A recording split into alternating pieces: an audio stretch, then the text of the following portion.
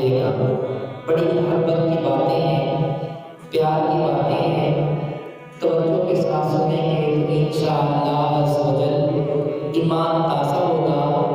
تو سنیں نبی کریم صلی اللہ علیہ وآلہ وسلم نے جن لوگوں کے بارے میں ارشاد فرمایا کہ ان کو قیامت کے دن عرش کا سایہ ملے گا، تو سنیے نبی کریم صلی اللہ تعالیٰ علیہ وآلہ وسلم نے ارشاد فرمایا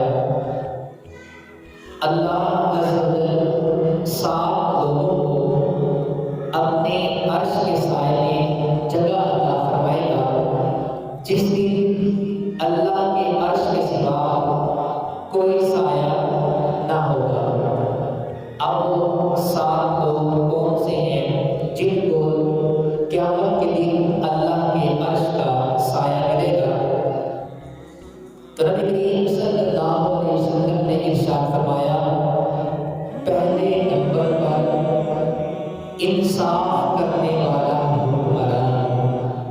اگر حکمران انصاف کرنے والا ہے، عادل ہے، منصف ہے، تمام معاملات کو عدل و انصاف کے ساتھ ان کو پورا کرتا ہے، اللہ کے محبوب صلی اللہ علیہ وسلم نے ارشاد فرمایا کہ اللہ تبارک و تعالی اس بادشاہ کو کل قیامت کے دن اپنے عرش کا ٹھنڈا سایہ عطا فرمائے گا۔ تو یاد رکھیں